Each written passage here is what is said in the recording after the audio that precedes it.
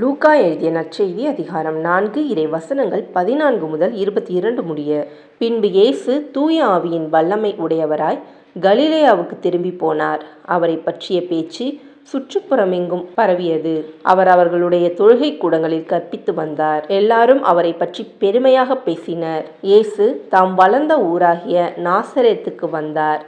தமது வழக்கத்தின்படி ஓய்வு நாளில் தொழுகை கூடத்திற்கு சென்று வாசிக்க எழுந்தார். இறைவாக்கினர் எசாயாவின் சுருளேடு அவரிடம் கொடுக்கப்பட்டது.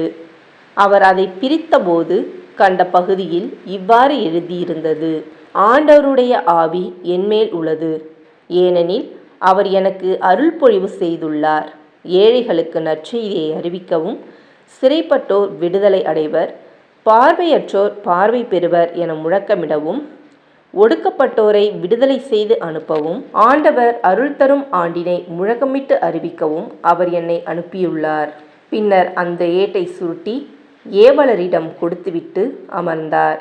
தொழுகை கூடத்தில் இருந்தவர்களின் கண்கள் அனைத்தும் அவரையே உற்று நோக்கியிருந்தன.